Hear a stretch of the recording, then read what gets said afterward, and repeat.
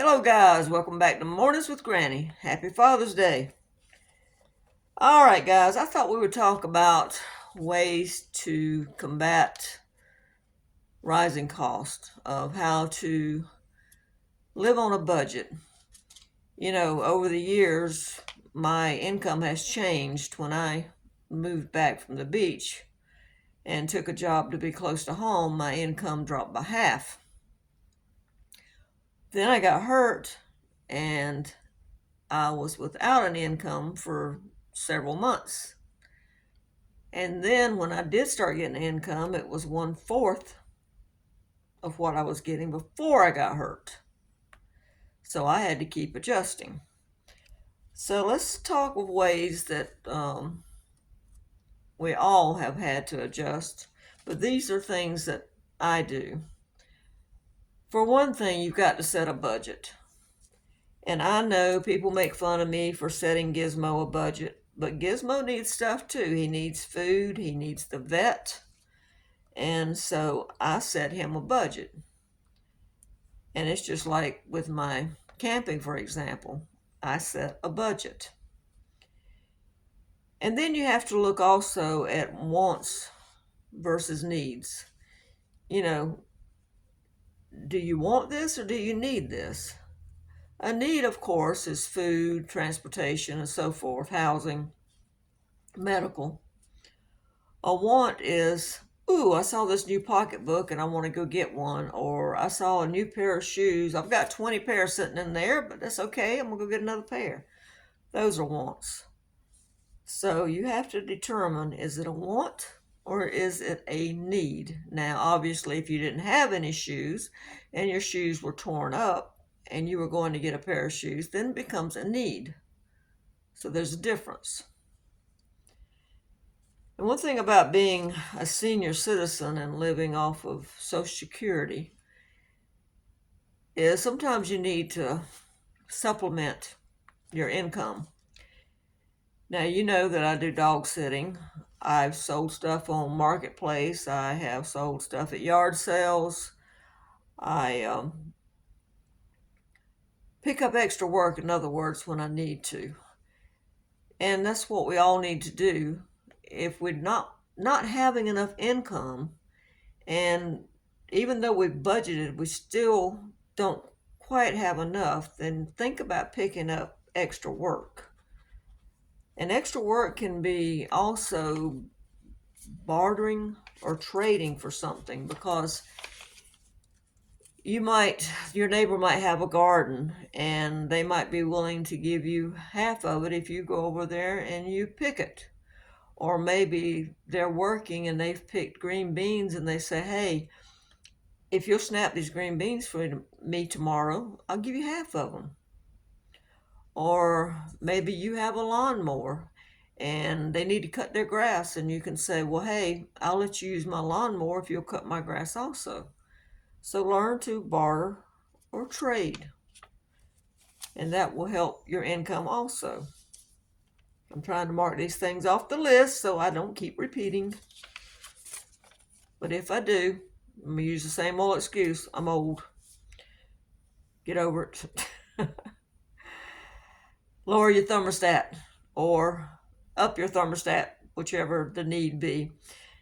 Now, since I have been camping, I've tried to acclimate myself more to warmer weather. Before, I was keeping my thermostat for air conditioning around 72, because I like cold, I do not like heat.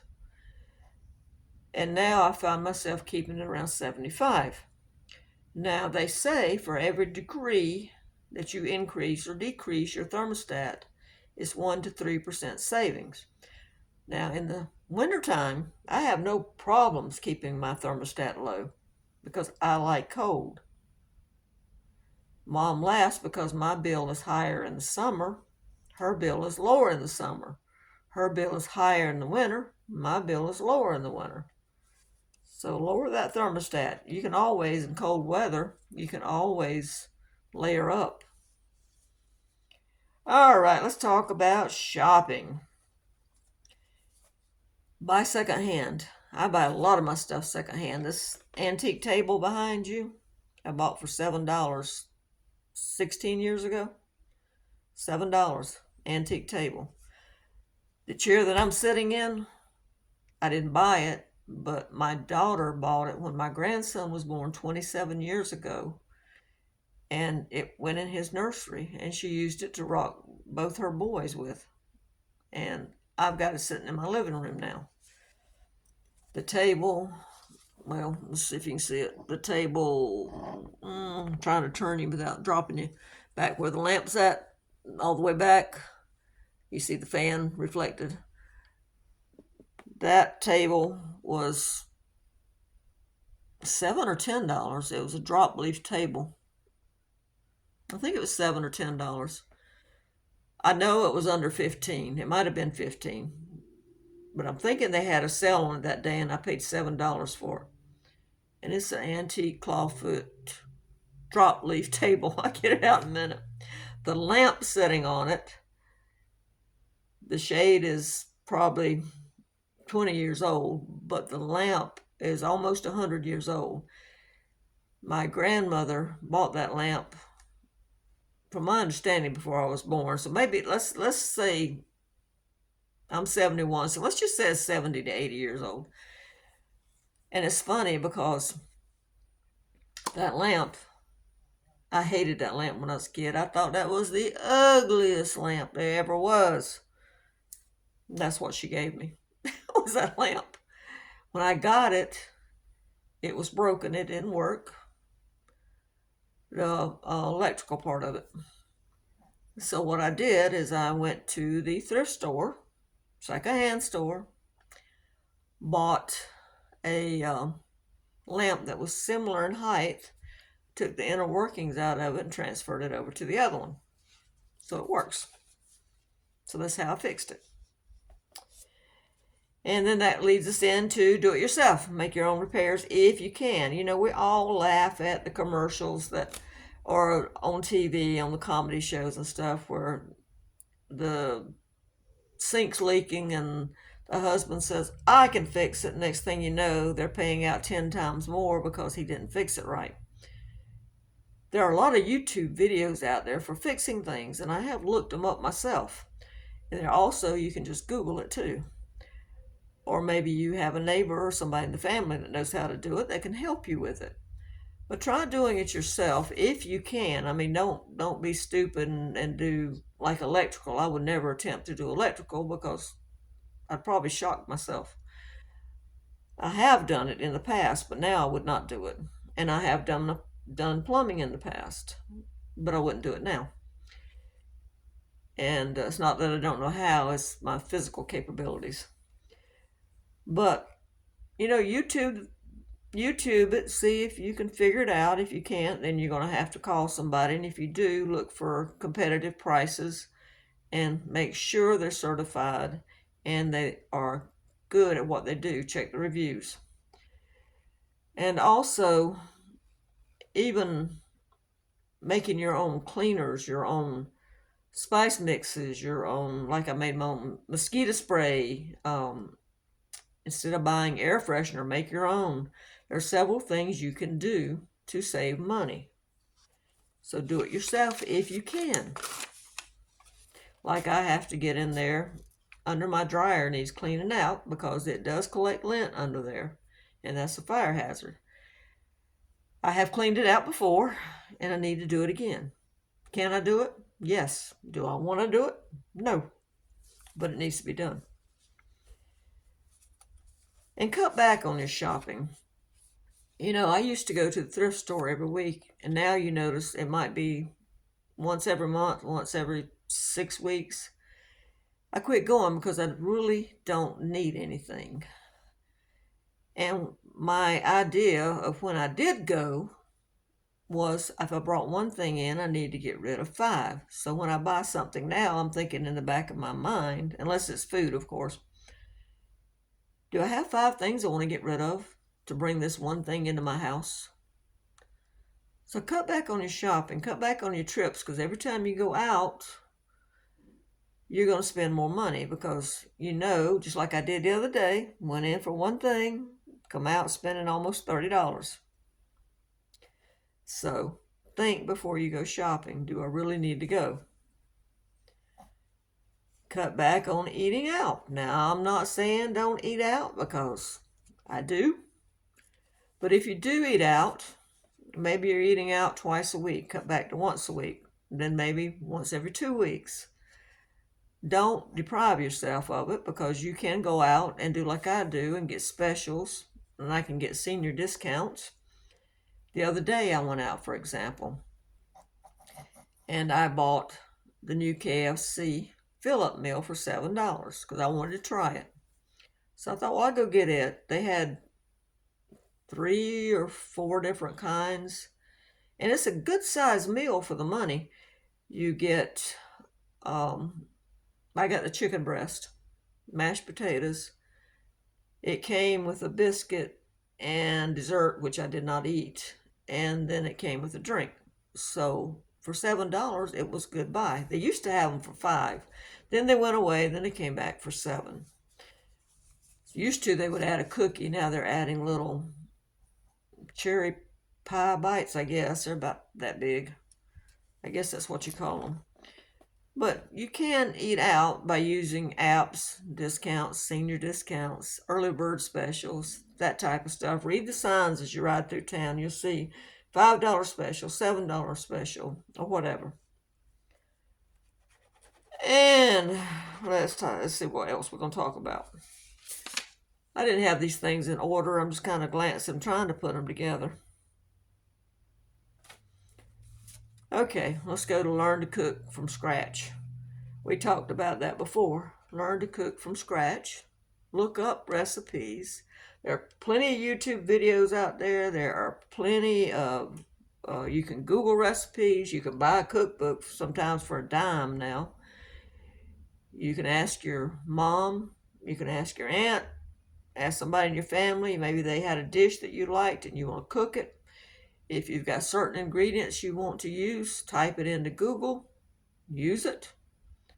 But learn to cook from scratch and learn how to substitute ingredients. If it calls for whole garlic and you got garlic powder, figure out how much to use. If it calls for oregano and you don't have any, ask what to use. Calls for chicken, you got pork, use pork. Figure it out. That'll save you some money right there. Everyone needs to learn to cook. And let's talk about bills. For one thing, scrutinize your bills and your grocery receipts or Walmart receipts or whatever before you leave that store area. Now, you can go out to the car and do it. I've done it out in the car because I don't want to hold the line up standing there or move over to the side. I go over my bill. Now, just like I said with that Bounty paper towels, they were $10.39. They had been $16.99. When I checked out, they charged me $16.99, so I had to go to the service desk. If I had not looked at my bill, I would have lost $7. Look at your bill before you leave that area and get them to fix it. What I do is, if I have to go back in there, I go back down the aisle, take a picture of the tag, make sure I'm right. Then I go back to the service desk and say, here's the picture, so they don't have to run back and look. Scrutinize all your bills. Make sure, like if you have a credit card, you didn't get charged for stuff that you didn't buy. Or if you sent a payment in, make sure that the payment was applied. But scrutinize your bills and also look at your automatic payments. Maybe you're paying a student loan off and it might have been paid off 3 months ago, but they're still taking it out because you didn't stop it. So make sure you check everything. Cancel subscriptions to magazines or TV subscriptions like Hulu, Netflix, so forth. Cancel them. And if you did cancel them, make sure they canceled. Now, I was offered Hulu last year for 99 cents a month. Well, for 99 cents a month, I did take it. But I marked on my calendar when to cancel it. And one good thing about Hulu is they'll send you a notice saying, this is your last month. Next month it goes to so-and-so amount. And so you know to go ahead and cancel it. But for me, I also write it on the calendar. So make sure that you cancel those extra subscriptions and make sure they take them off your credit card. All right, what else we got on here? Talking about bills and stuff. Pay extra on your bills. It does cut the interest down. Even if you can't do, but let's say you put $10 a month on your mortgage or $10 a month on your car payment. You might not think it makes a difference, but it does cut that interest down. So try it. Now, when I write my light bill out, for example, if it's $85, I'll write $90. If it's $89, I'll write $90. If it's $95, I'll write $100. And that way I've got that little bit off of next month. And if I can pay 2 months, I go ahead and pay 2 months, because that way it gives me a little extra money for the next month in case I have an emergency. But go ahead and pay extra on your bills when you can. And establish a savings account. Even if it's only $10 a month. The suggested budget that I have seen is 50, 30, 20. 50 for your needs, that's your mortgage, your transportation, so forth, medical. 30 for your wants. 20 for your savings. Now, I would suggest, if you're going to do that, 50 for your needs, 20 for your wants, and 30 for your savings. But try at least to open a savings account, even if it's only $10 a month, and have it automatically deducted so you don't have it in your hand and be tempted to spend it. Also, choose quality over quantity. And what I mean by that is, and I'll use auto parts because that's what I'm most familiar with. When you go to buy an auto part, sometimes they'll say, do you want the one that has the year warranty? Or do you want the one that has the lifetime warranty? Well, I usually get the one with the lifetime warranty because it's only like $10 or $20 difference. Now, if you don't have the money, of course, go with the cheapest one. And the same thing with buying furniture. Try to buy quality. When you buy it, even if you're in a thrift store, you still can find quality furniture. Or clothing, for example. People make fun of me for going to Belk's instead of Walmart. Well, I got news for you. Belk's is cheaper than Walmart on most of their clothes. They're cheaper because you can use the clearance. You can use coupons. They'll have buy one, get two free. And to me, the quality of the clothes is a lot better. I mean, you might like the Walmart clothes better. I don't. I like the Belk's and the JCPenney clothes better. My daughter likes the, TJ Maxx and Ross. She likes those, and that's where she shops. I like Belk's, and I like Penny's, but we don't have one anymore.